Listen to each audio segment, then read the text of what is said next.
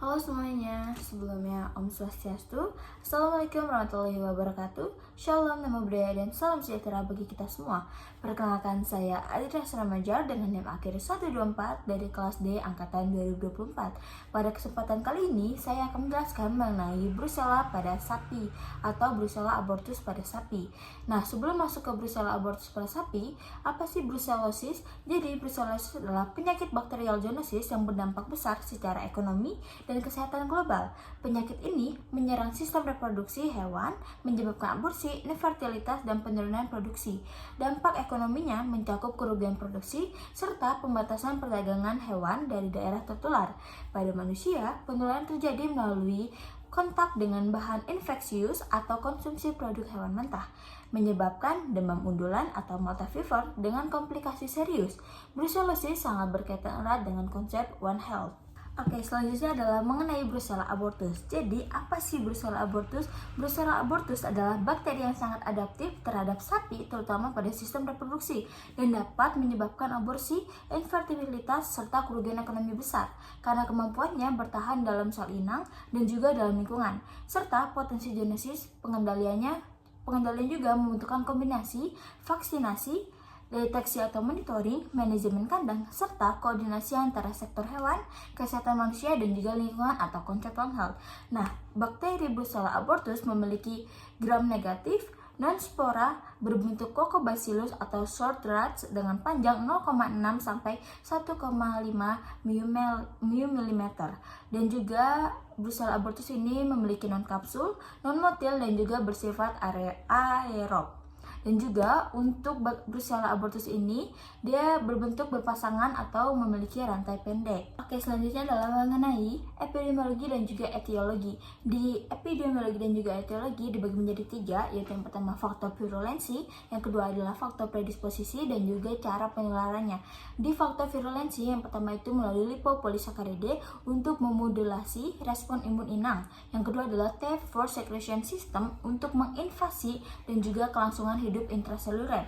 Yang ketiga adalah protein membran luar untuk memfasilitasi adesi dan juga internalisasi. Yang terakhir yaitu sitokrom oksidase untuk resistensi stres oksidatif. Yang kedua adalah melalui faktor predisposisi. Jadi faktor predisposisi ini ada 3. Yang pertama itu adalah sanitasinya, yang kedua adalah hewan yang saling berdesakan, dan yang ketiga adalah kondisi fisik ternak. Dan juga selain predisposisi ada erythritol. Erythritol ini yang pertama adalah melalui jantan, itu melalui vesicula seminalis ataupun testis, dan yang kedua adalah melalui betina, yaitu melalui chorion atau kotilodon dan juga cairan janin. Nah, ada berbagai cara penularan. Yang pertama adalah rute oral, rute mukokutan, rute percutan, dan juga berbagai cairan-cairan lainnya. Rute oral adalah melalui konsumsi pangan atau air, rute mukokutan melalui membran mukosa, rute percutan adalah melalui kulit yang terluka, dan juga melalui kaluron atau lendir, air susu, dan juga kemih ataupun tinja. Nah, selanjutnya adalah pembahasan mengenai kerusakan patologi anatomi. Jadi, kerusakan organ tergantung dari derajat infeksi dan juga komplikasinya. Pada kasus berat, bisa terjadi pembesaran limfa dan limfoglandula, pembesaran hati, serta sistem organ lainnya. Pada betina, bisa terjadi plasentitis, nekrosa kotiledon berfibrin dan juga benana, janinnya mengalami edema subkutan, dan juga jaringan ikat intermuskular.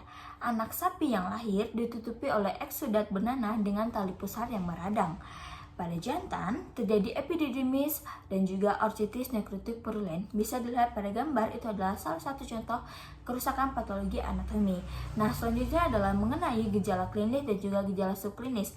Pada sapi atau pada bakteri Brucella abortus bisa terjadi abortus trimester akhir, infertilitas, retensi plasenta, serta penurunan produksi susu. Jika pada subklinis bisa terjadi serologi positif dan juga bisa menularkan bakteri dari satu hewan ke hewan lainnya. Oke, selanjutnya saya akan menjelaskan mengenai patogenesis Brucella abortus. Jadi, pertama-tama, bakteri masuk ke sapi selaku host primer. Setelah itu, bakteri melakukan invasi awal atau Brucella bertahan di makrofag.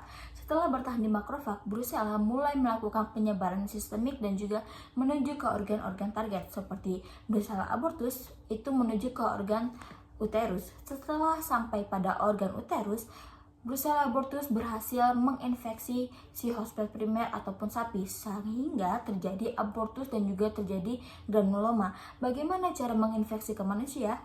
Yaitu daging atau hewan sapi yang sudah terinfeksi oleh Brucella abortus termakan oleh manusia dalam kondisi mentah atau belum matang sehingga bakterinya itu belum terbunuh, atau bisa juga terpapar kultur bakteri di laboratorium saat mengecek atau menginisiasi si bakteri Brucella abortus. Nah, sebagai dokter hewan, kita harus turut serta dalam 3 solusi.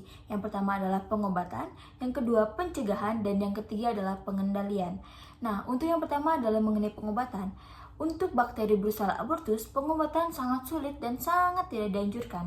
Tapi ada beberapa alternatif yang bisa dilakukan. Yang pertama adalah pengobatan dengan pemberian antibiotik seperti doxycycline, streptomycin, dan juga rifampicin. Ini dilakukan setiap hari selama minimal 6 minggu. Lalu yang kedua adalah menggunakan sulfa jangka lama atau jangka panjang dan juga berulang-ulang. Nah, setelah pengobatan tentu kita harus melakukan pencegahan. Pencegahan bisa dilakukan dengan memberikan daerah bebas atau daerah yang luas untuk lalu lintas ternak dan juga endemis reaktor. Jika endemis reaktor di bawah 2% bisa dilakukan vaksin. Jika endemis reaktor di atas 2%, lakukan tes and slaughter dan juga bisa dilakukan vaksinasi hewan. Setelah melakukan pengobatan dan pencegahan, kita harus melakukan pengendalian. Yang pertama adalah vaksinasi 19 strain dengan dosis 10-20 kali 109 sel per mili untuk anak sapi betina usia antara 3-8 bulan. Yang kedua adalah deteksi secara teratur RBPP atau RBPT atau CFT. Yang ketiga adalah eradikasi reaktor positif. Oke teman-teman, setelah membahas segala mengenai bakteri Brucella abortus, kita bisa mencari kesimpulan, yaitu bakteri Brucella abortus merupakan penyakit zoonosis sistemik yang disebabkan oleh bakteri jenis Brucella dengan dampak ekonomi dan kesehatan masyarakat yang sangat signifikan. Penyakit ini terutama menyerang sistem reproduksi hewan, menyebabkan abortus, infertilitas, dan juga penurunan produksi susu, serta dapat menular ke manusia melalui kontak langsung atau konsumsi produk hewan yang terkontaminasi. Jadi teman-teman, kita bisa menarik kesimpulan bahwa bakteri Brucella abortus adalah bakteri yang sangat penting atau sangat berperan besar pada konsep One Health karena bisa menyebabkan zoonosis yang sangat signifikan kepada manusia. Oke, baik, sekian presentasi mengenai bakteri Brucella abortus. Saya pamit undur diri, saya Aziza Majar, sampai jumpa di penjelasan selanjutnya. Terima kasih.